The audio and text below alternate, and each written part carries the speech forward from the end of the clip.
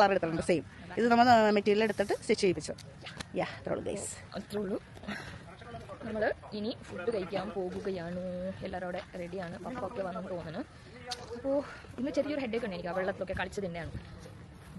ഇവിടെ ഒരു വൈബില്ലേ, വേറൊരു വൈബാണ്. നല്ലതല്ലേ സാൽവർ? സ്റ്റോറി എടുത്ത് വീണേ. ഇനി ഫുഡ് കാണിച്ചു തരാം. Hi. Let me show the dishes. Okay, na? So we have ghee rice. Ladipoli ghee rice set done. And chicken 65 is ready. Dal tadka is ready. It looks so good. Paisam is ready.